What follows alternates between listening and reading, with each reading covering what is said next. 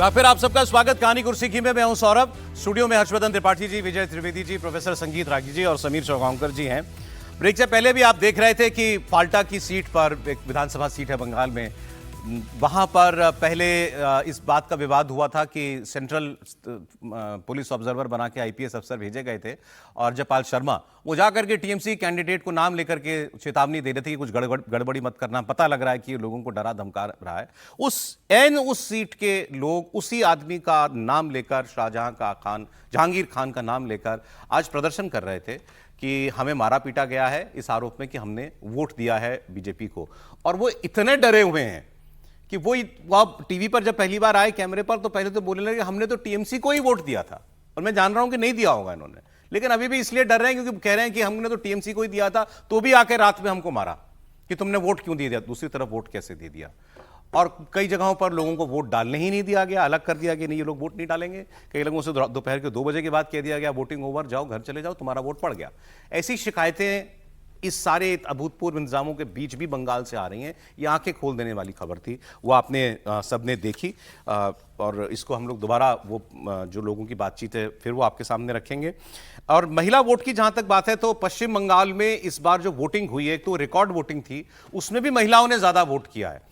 बंगाल में जहां 91.75% पुरुषों ने वोटिंग की है तो 93.28% वोट महिलाओं का था। मतलब पुरुषों के मुकाबले करीब 1.5% वोट इस बार महिलाओं ने ज्यादा किया है इस चुनाव में। अगर फेज वाइज बात करें तो पहले चरण में 94.1 महिलाओं ने मताधिकार का प्रयोग किया, दूसरे और 92.34% पुरुषों ने वोट डाले। दूसरे चरण के मतदान में 92.28% महिलाओं का वोट पड़ा और 91.07% पुरुषों का वोट आया है।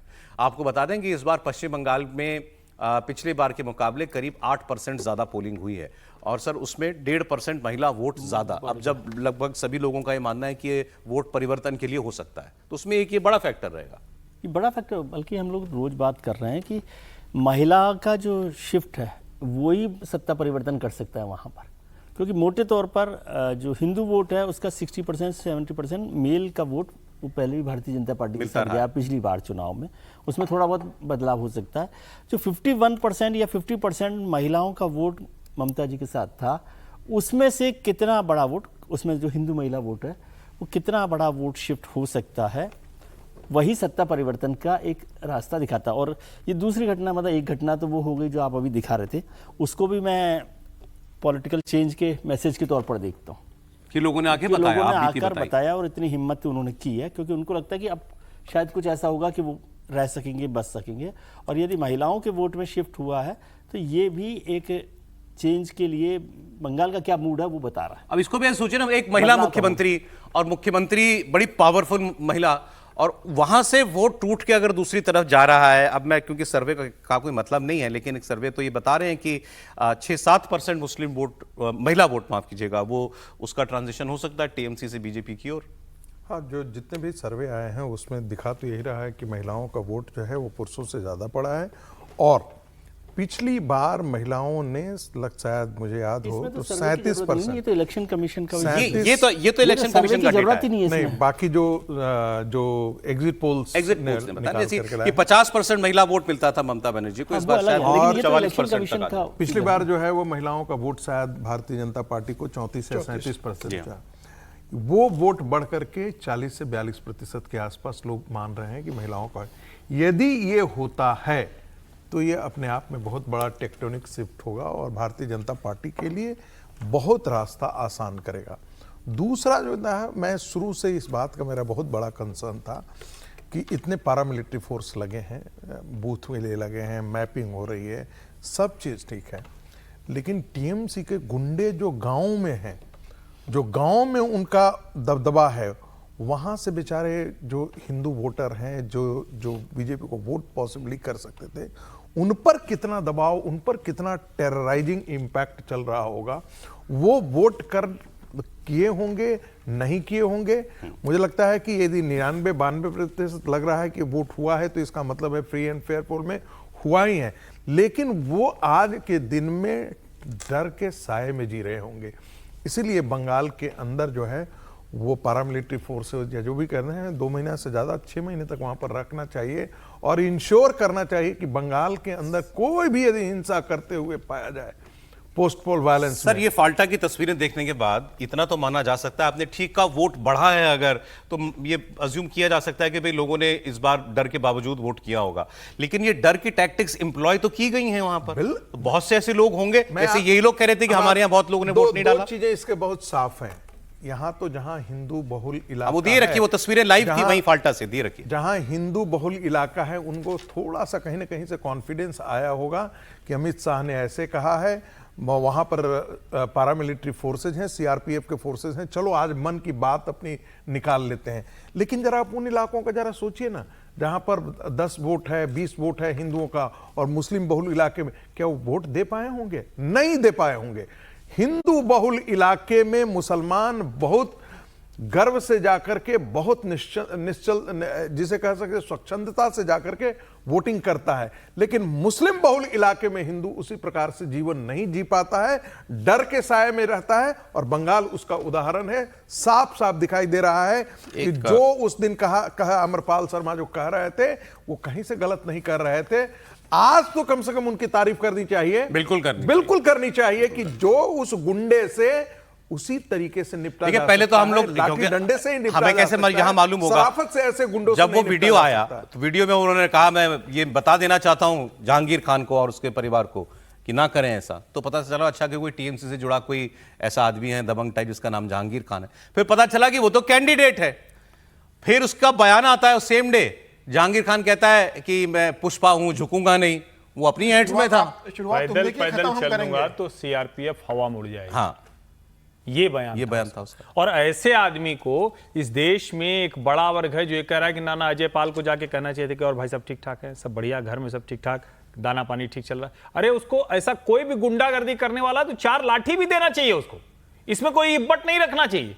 गुंडे को जब तक आप कानूनी दायरे में दुरुस्त नहीं करेंगे उसकी गुंडागर्दी कम हो ही नहीं सकती। इसको आप समझिए, 14 पुलिस फोर्स था। और एक और जरूरी बात देखिए, हम तो खैर राष्ट्रपति शासन के पक्षधर बहुत लंबे समय से थे और मुझे लगता था कि राष्ट्रपति शासन के बिना वो जो अंग्रेजी में एक शब्द चलता है ना कूलिंग ऑफ पीरियड, तो वो तो मिला नहीं।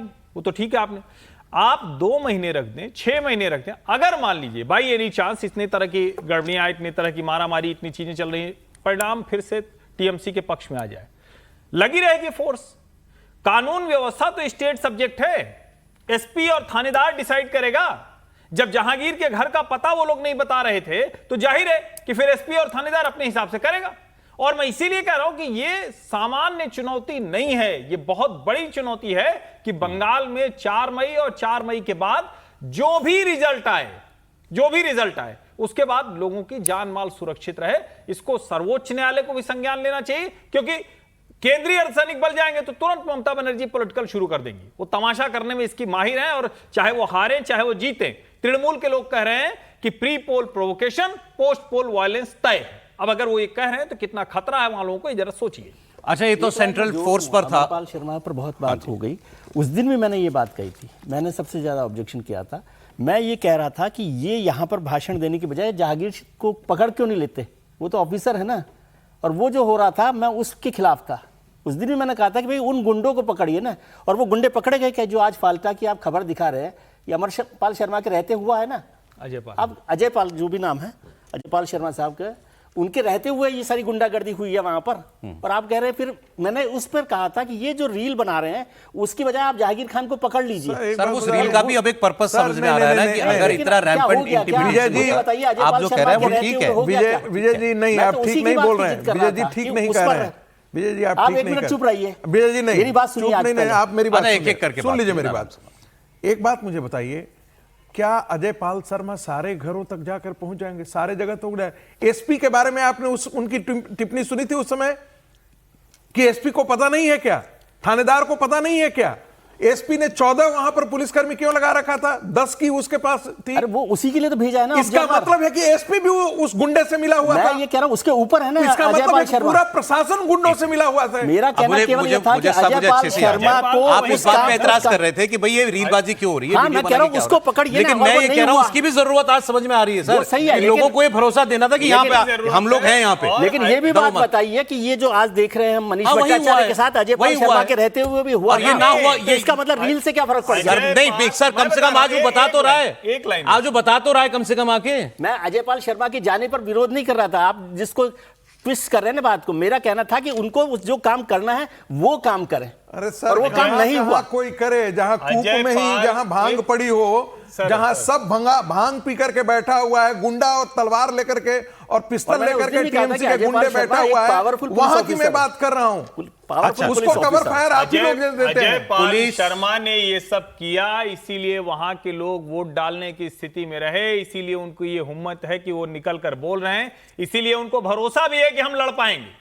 उनको डर इस बात का है, अब अजय पाल शर्मा हम लोग नाम ले रहे हैं, ऐसे सारे ऑब्जर्वर जब लौट जाएंगे, एक ऑब्जर्वर थोड़ी लगे वहां पे, कई ऑब्जर्वर लगे। एक नहीं है ना, जब ये लौट जाएंगे जो आईपीएस ऑफिसर गए हैं, तब क्या होगा? 478 हमें एकमात्र बात ये करनी चाहिए कि बंगाल में तृणमूल कांग्रेस के शासन में इस तरह की अत्याचारी व्यवस्था है, बाकी सब उसके बाद है भाई। नहीं बिल्कुल, और मैं तो साथ में ये कि अभी भी कितना फ्री और फेयर इलेक्शन या बिना डर का इलेक्शन हुआ कौन जाने भाई। गांव-गांव में क्या हुआ किसको मालूम है। इनके साथ तो हुआ ही, इस बार भी हो ही गया कि वोट डालने पर मारा पीटा जा रहा है। अब दूसरी बात ये तो हुई सेंट्रल फोर्स क्यों चाहिए, तो सेंट्रल फोर्स क्यों चाहिए का जवाब मिल गया ना। अब दूसरा मामला जो आज कोर्ट में गया था, काउंटिंग से पहले तृणमूल कांग्रेस एक मामला लेकर सुप्रीम कोर्ट गई। पहले हाई कोर्ट गई थी, वहां रिलीफ नहीं मिला, फिर सुप्रीम कोर्ट गई। काउंटिंग में केंद्रीय कर्मचारियों की तैनाती को लेकर हाई कोर्ट के बाद अब देश की सर्वोच्च अदालत ने भी अपना फैसला दे दिया है। सुप्रीम कोर्ट ने टीएमसी की याचिका खारिज कर दी है और टीएमसी की उस आपत्ति को भी खारिज कर दिया है जिसमें केंद्रीय कर्मचारियों और पीएसयू से जुड़े कर्मचारियों की काउंटिंग में ऑब्जर्वर के सुपरवाइजर के तौर पर तैनाती को उस पर शिकायत की गई थी। चुनाव आयोग ने दरअसल 13 अप्रैल को एक आदेश जारी किया था जिसमें कहा गया था कि काउंटिंग के दौरान हर टेबल पर एक केंद्रीय कर्मचारी या पीएसयू में काम करने वाला अधिकारी कर्मचारी वो बतौर सुपरवाइजर तैनात रहेगा। चुनाव आयोग के इस फैसले के खिलाफ टीएमसी पहले कलकत्ता हाईकोर्ट गई। कलकत्ता हाईकोर्ट ने भी चुनाव आयोग के फैसले को नियम के मुताबिक ही बताया और टीएमसी की याचिका खारिज कर दी। इस पर टीएमसी फिर सुप्रीम कोर्ट गई और हाईकोर्ट के फैसले को चुनौती दी। अब सुप्रीम कोर्ट ने भी चुनाव आयोग के इस फैसले में दखल देने से मना कर दिया है।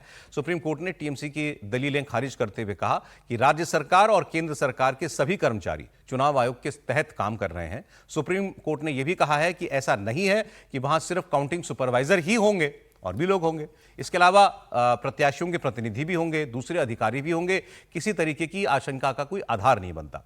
बीजेपी ने सुप्रीम कोर्ट के फैसले का स्वागत किया है। सर्वोच्च न्यायालय ने भी आज स्पष्ट रूप से संवैधानिक दृष्टि से किसी चुनावी प्रक्रिया में हस्तक्षेप करने से की तृणमूल कांग्रेस की याचिका खारिज कर दी। उल्लेखनीय बात यह है कि श्री रामलला विराजमान के खिलाफ बाबरी मस्जिद एक्शन कमेटी का केस लड़ने वाले तमाम आतंकवादियों के प्रति सहानुभूति रखने वाले और तृणमूल कांग्रेस के प्रति राजनीतिक रूप से अभिभूत रहने वाले श्री कपिल सिब्बल जी की याचिका आज पूरी तरीके से खारिज कर दी गई।